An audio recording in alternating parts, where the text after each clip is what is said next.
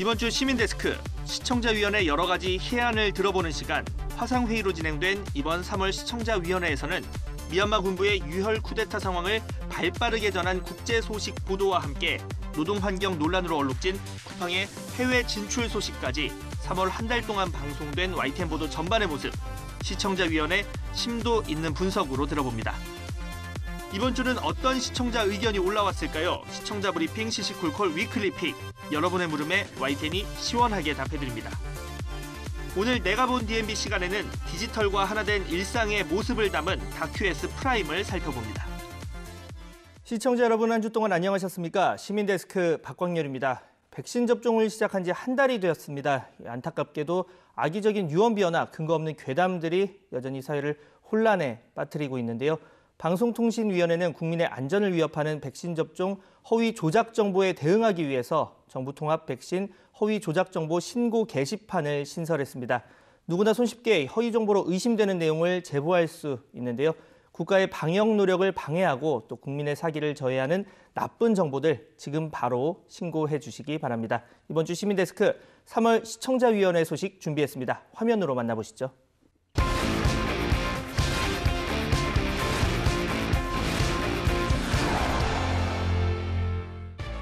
2021년 제3월 시청자위원회를 시작하겠습니다. 시청자위원님들 비평에 힘입은 노력으로 이룩한 수상 소식 하나 또 보고드리겠습니다. 한국언론학회에서 마련한 제4회 팩트체크 대상, 이번에 우리 YTN의 팩트Y 코로나 팩트체크 연속보도가 수상하게 되었습니다. 방역보도 준칙을 준수하면서 난무하는 거짓 정보를 걸러내는 기획탐사팀의 팩트체크 연속보도 31편을 출품했었는데 치열한 노력이 평가를 받았습니다. 저희 코로나 팩트체크가 대상을 받았다는 점, 사실은 회사 전체가 우리 시청자위원님들의 비평 등을 수렴하기도 했고 또 자체적으로 고민도 해서 회사 전체가 코로나 방역 보도에 최선을 다했다는 점에서 이 평가가 더 의미가 있다고 생각합니다. 지금 선거 보도를 비롯해서 일이 굉장히 많아지는 시기이고 보도에 대한 관심도 높아지는 시기인데, 오늘 회의에서도 YTN 뉴스 콘텐츠에 대한 유익한 비평과 발전적인 대안 모색 기다리겠습니다. 3월에는 백신 접종이 본격화되면서 아마 이제 이상 사례와 관련된 보도들이 YTN에서도 꼬여 있었는데요. 사실 예전처럼 이러한 이상 사례와 관련된 부분을 속보 처리한다든지 또는 중계하듯이 하는 그런 보도들은 사실 지금은 이제 많이 개선된 부분들이 보였는데요. 하지만 좀 여전히 제목에서는 이러한 사망이라는 부분을 좀 강조하는 부분들이 여전히 좀 보였습니다.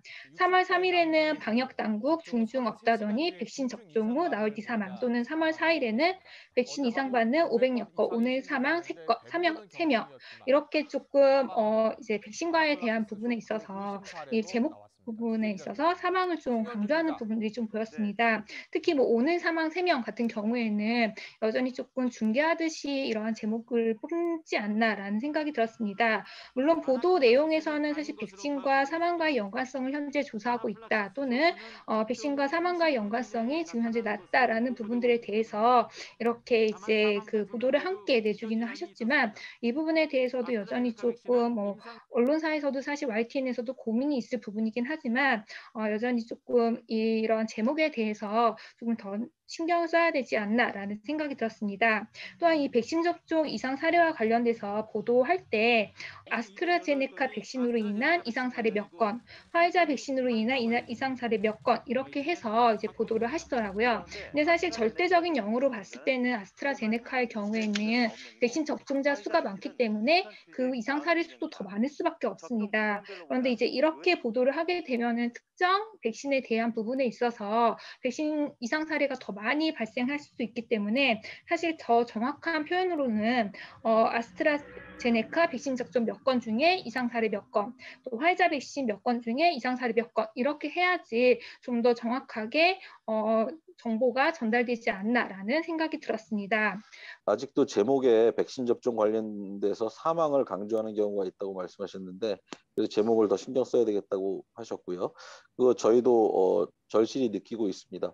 백신 관련 보도 초반에는 사실 이제 좀 이걸 더 신경을 제대로 못 써서 뭐 인과관계 확인 중이라든가 그런 것들이 제목에 같이 물론 기사에는 처음부터 다 반영이 돼 있었습니다. 그렇지만 우리가 이제 인터넷이나 온라인에서 검색했을 때는 사실 제목에 이런 게 당연히 반영됐어야 하는데 그런 부분이 좀 소홀한 점이 있었고요. 그런 부분은 저희 그 보도국 구성원들과도 지속적으로 공유하면서 앞으로는 제목에도 그 기사 전체를 담을 수 있는 그런 노력을 더 하도록 하고 있습니다.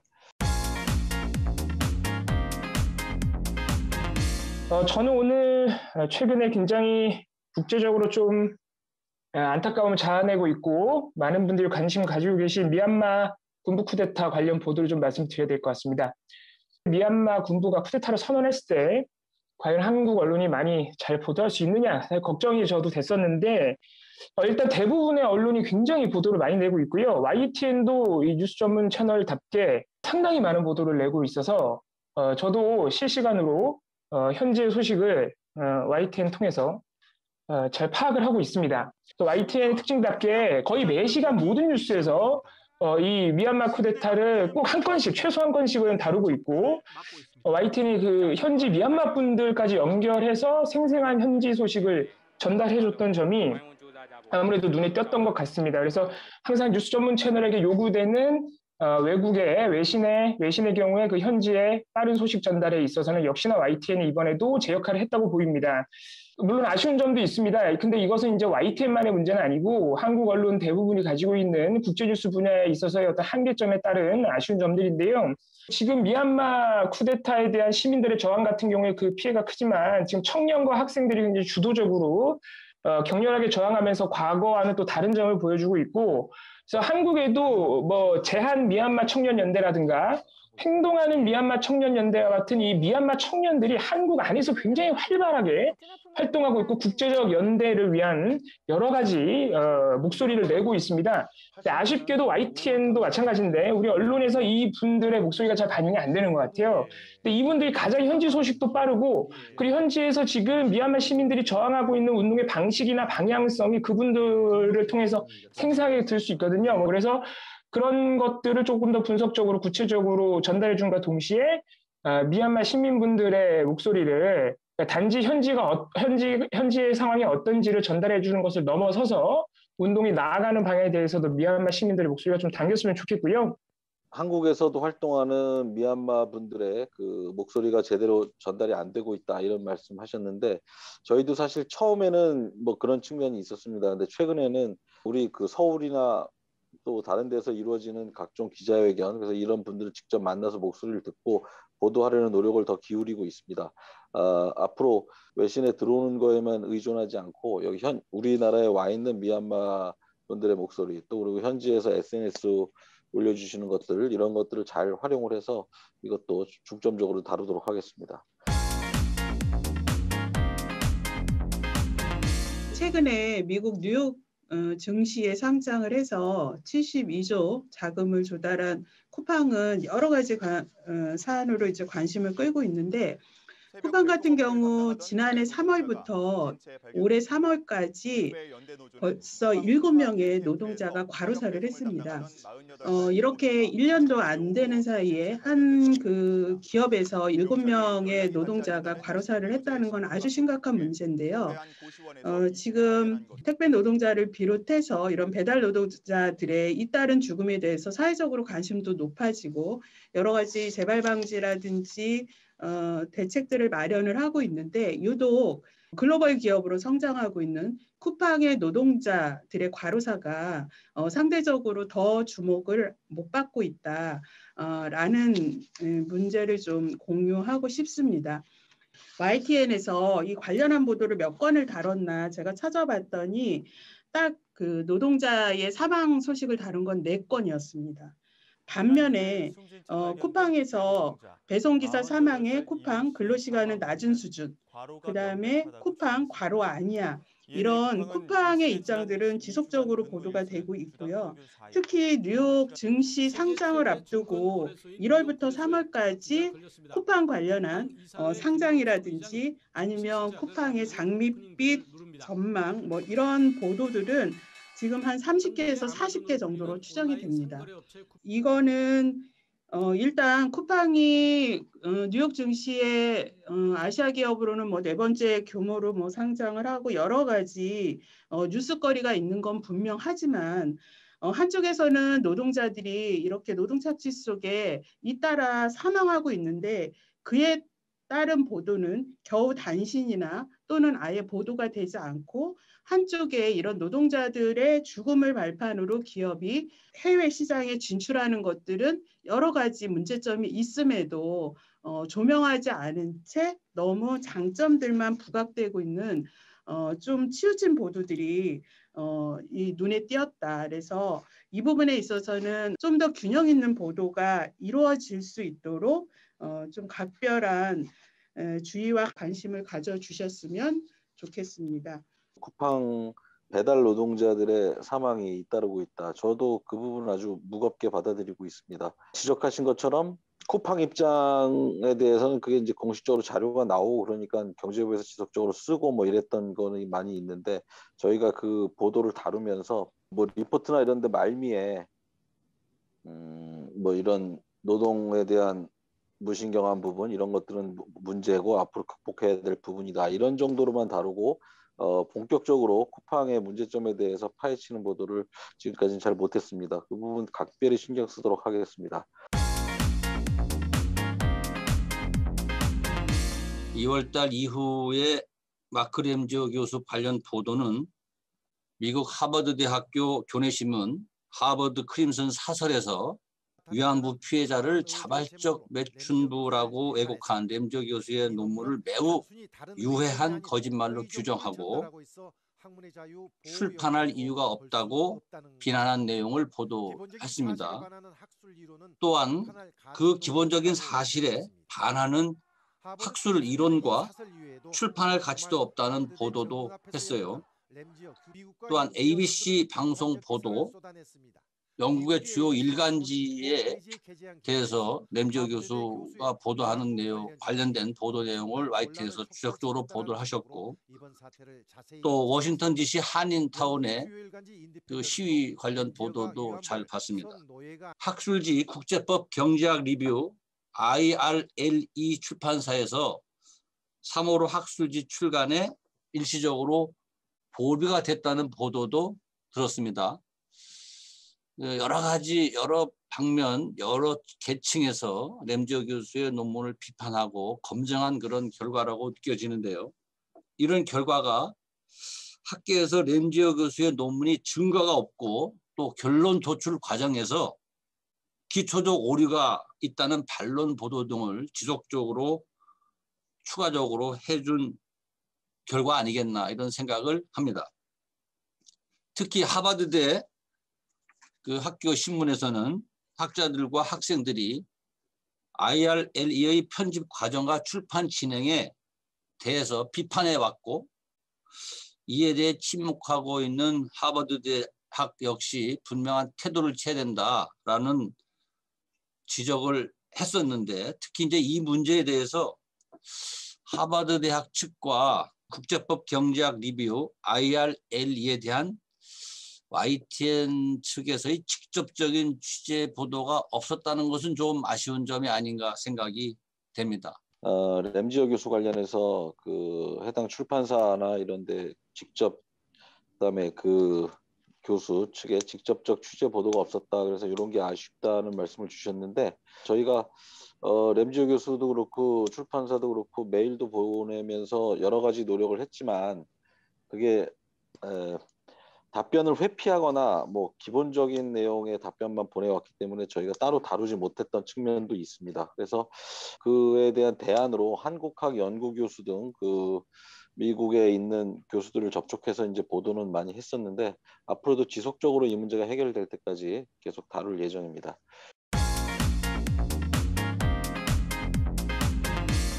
오늘 YTN 보도와 관련해서 성소수자 관련된 부분을 조금 말씀드리고 싶습니다. 변희수 하사 그 사건 이후로 보도 형태를 보면 패널에 의한 심도 있는 방송 보도는 이루어지지 않는 것으로 보입니다. 물론 인터뷰라는 형태의 다큐를 통해서 성소수자와 어떻게 함께 살고 있는지에 대한 부분을 방송해내서 이렇게 잘 녹여낸 것은 저는 매우 잘 방송된 지점이라고 생각하고 있으나 여전히 그 정치 문제로 패널이 구성되고 이슈가 집중되고 있는 것이 저는 크게 아쉬운 대목이지 않을까 생각이 듭니다. 특히 변희수 하사 사건 이전에 또 키어문화축제 제주 조직위원장이 또 유명을 달리하셨고 한 달에만 3명의 성소수자가 우리 곁을 떠났습니다. 그 원인은 사실상 혐오 발언과 차별에 기인한다고 저는 보고 있습니다. 이런 측면에서 그 YTN이 심도 있는 패널 구성, 전문가들을 초청해서 심도 있는 논의를 진행하는 모습은 보지 못했습니다. 그런 측면에서 매우 아쉽고요. 국가인권위원회가 올해 2월 5일 날 발간한 21대 국회의원 선거운동 혐오 표현 모니터링 보고서를 보면 지난 총선 선거운동 기간 동안 집계된 혐오 표현의 총 92건이고 이 중에서 성소수자와 관련된 것이 25건으로 가장 많았습니다. 이러한 국가보고서에 대한 언급을 통한 어떤 진실 보도나 사실 보도의 접근은 YTN에서는 찾아볼 수 없어서 좀 아쉬웠습니다. 특히 인권위가 모니터링 보고서를 낼 만큼 선거를 앞둔 정치권의 각종 혐오, 차별 표현이 난무하는 것은 비단 어제 오늘 문제만 아닙니다. 변희수 하사건 관련해서 한국에서 일어나는 성소수자에 대한 혐오 표현 이런 것들 심층 있는 취재 보도를 했으면 좋겠다라는 말씀하셨는데 저희도 관련 리포트 같은 거 보도를 했지만 지금 지적하신 것처럼 그 패널들이 나와서 심도 깊게 논의를 하고 혐오 표현이 어떤 문제가 있는지 이런 것들은 잘 하지 못했습니다. 저희가 또 직접 좀 게을리한 부분도 있는 것 같고요. 그런 부분은 앞으로도 개선할 수 있도록 노력을 하겠습니다. 그 윤석열 전 총장의 3월 2일 인터뷰 관련된 보도 부분을 좀 말씀드리고자 합니다. 그때 국민일보가 3월 2일에 윤석열 전 총장의 인터뷰를 보도를 했었습니다. 그 윤석열 전 총장은 직을 걸고 막을 수만 있다면야 100번이라도 걸겠다. 그런다고 될 일이 아니다라는 취지로 인터뷰를 했습니다. 이 말을 보면 실제로 그 의도는 막을 수 없기 때문에 직을 걸지는 않겠다라는 뜻인데 그런데 이제 대부분의 언론들이 보면은 그 윤석열 전 총장이 직을 걸겠다라는 부분만을 부각해서 보도를 했습니다. 제가 생각할 땐 이런 점들 때문에 사실 우리 언론들이 여론을 오히려 조작하는 거 아니냐라는 비판을 받고 있다고 생각합니다. 근데 YTN의 3월 2일자 9시 59분에 게시된 그 보도를 보면 제목이 윤석열 검찰 수사권 박탈은 헌법정신 파괴, 직 걸겠다라고 보도를 해서 YTN도 다른 언론과 다르지 않은 태도로 보도를 했습니다. 다른 언론들이 다 같이 이제 잘못된 방향으로 가더라도 YTN은 저널리즘의 기본에 좀 충실을 했으면 하는 바람입니다. 2021년 현재 약 25살의 나이가 되는 청년들은 태어날 때부터 집안에 인터넷이 설치되어 있음을 인지하면서 살아왔습니다. 그래서 중고등학교 시절을 거치면서 모바일 기기를 통해서 정보와 뉴스를 접하고 살아왔습니다. 성인이 되었어도 방송이나 신문으로 돌아갈 가능성은 거의 없는 세대입니다.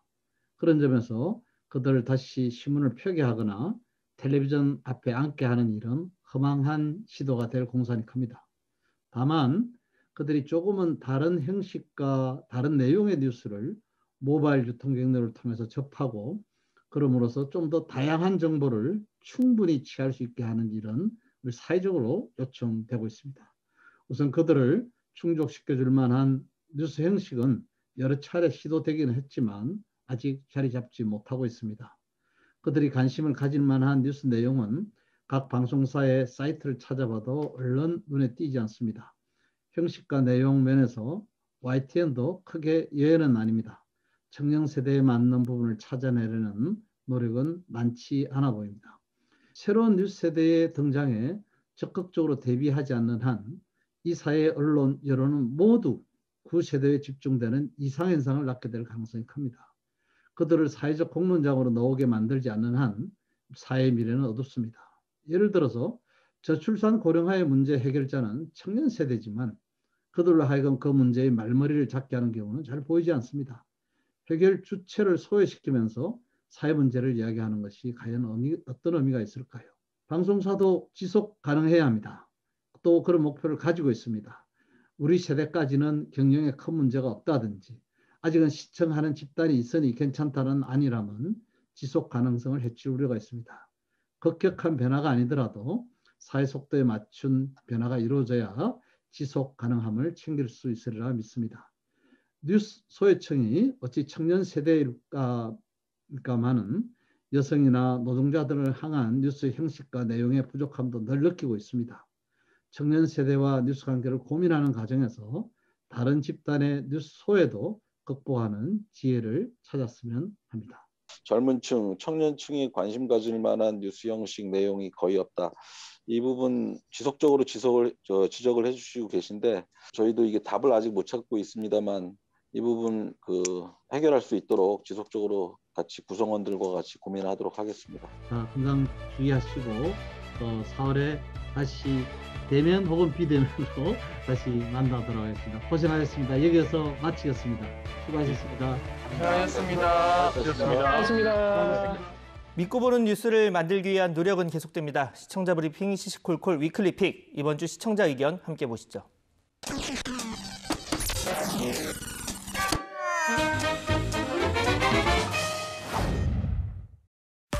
티맵 카카오티 유료화, 플랫폼 횡포 불만이라는 기사에 대한 모니터단의 의견 보겠습니다.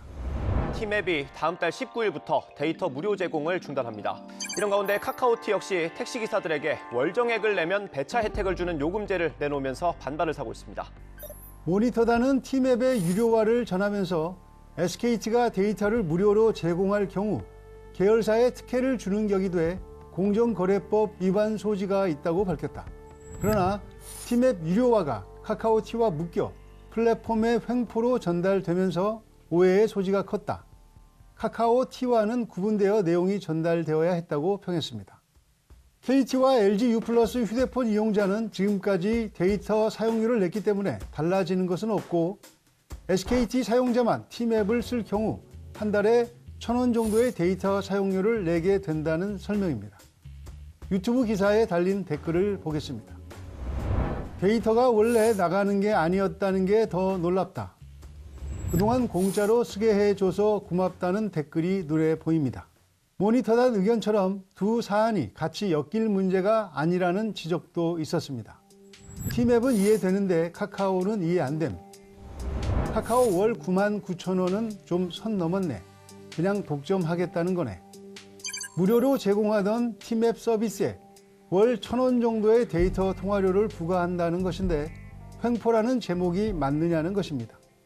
또 카카오티에 대한 비판적 댓글도 많았는데 동시에 택시 업계에 대한 날선 비판도 상당했습니다.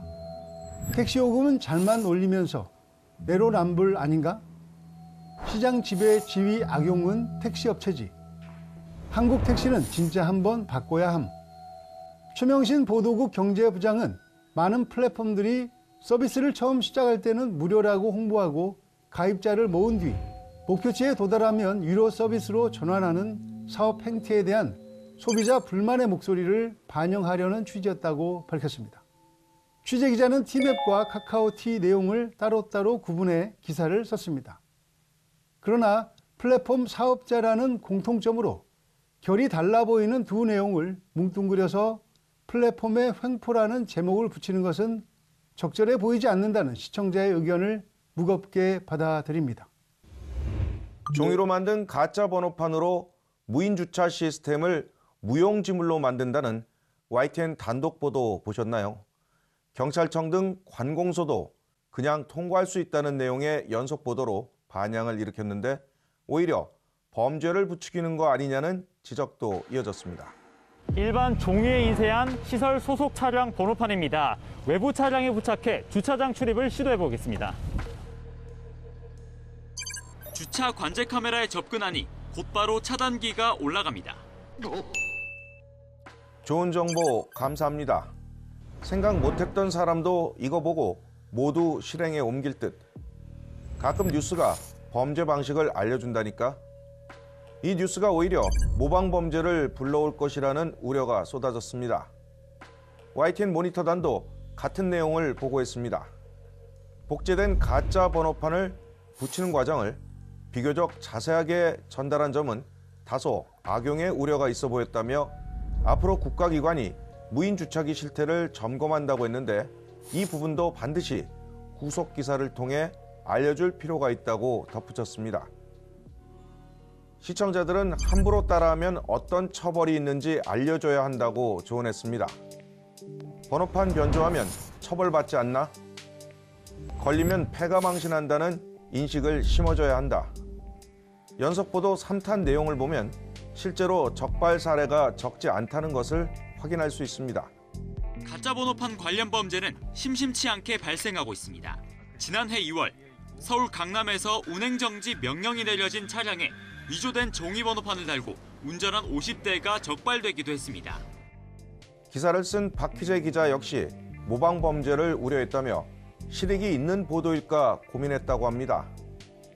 박 기자는 소비자들이 수천만 원에 이르는 무인 주차기의 결함을 모르고 있다는 것은 문제라고 판단했고 더불어 정부기관의 보안에도 구멍이 뚫렸다는 것을 확인할 수 있었다고 설명했습니다. 이 보도로 무인 주차기 제조업체는 시스템 오류를 인정해 개선 작업에 착수했고 정부기관들도 차량 출입 보안을 강화하기로 했습니다. 박희재 기자는 기사 댓글로 나타난 시청자들의 우려와 지적을 후속 기사에 적극적으로 반영하겠다고 약속했습니다. 지금까지 시청자 브리핑 시시콜콜입니다.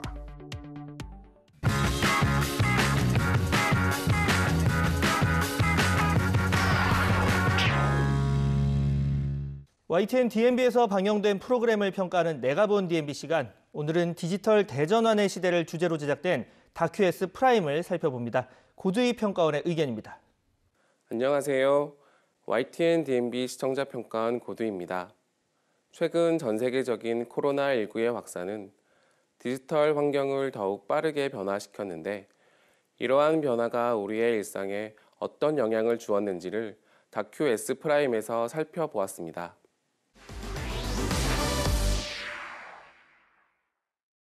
다큐 S 프라임은 우리가 당연하게 여기던 일상에서 코로나19로 인해 변화된 디지털 환경의 다양한 사례 등을 통해 앞으로 디지털 환경이 우리 일상에 어떤 변화를 가져다 줄 것인지를 보았습니다.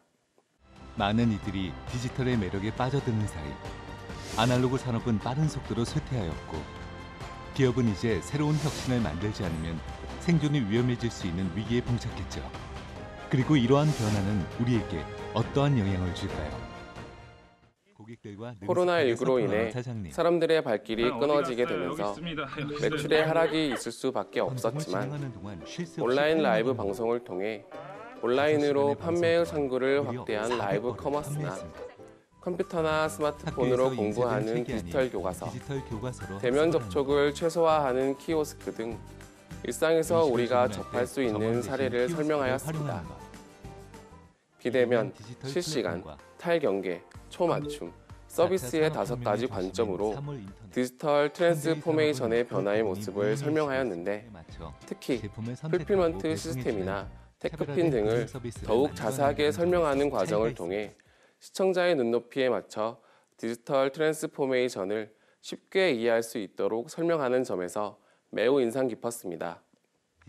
이 밖에도 디지털 트랜스포메이션의 가속화는 많은 부분을 변화시켰지만 여전히 보이지 않는 영역에서 혁신이 필요하다고 설명하는 것에서 더욱 넓은 관점이 필요하다는 것을 알게 해주었습니다. 변화가 성공을 장담할 수 없겠지만 변화하는 환경에 적응하지 못하면 도태될 수 있다는 말은 현재의 우리에게 있어서 많은 화두와 생각할 거리를 전해주고 있습니다. 이번 시간은 디지털 트랜스포메이션의 사례로 환경의 변화에 있어서 발빠른 적응과 혁신이 필요함을 말하고 있습니다. 앞으로도 독특한 관점과 다양한 사례로 시청자의 시각을 확장할 수 있는 프로그램이 되기를 희망합니다. 시민데스크는 시청자와 함께 만들어갑니다. YTN 보도와 프로그램에 관한 여러 가지 의견들 시청자센터 홈페이지 게시판에 남겨주시고요. 저는 다음 주 더 알찬 소식으로 돌아오겠습니다. 함께해 주신 여러분 감사합니다.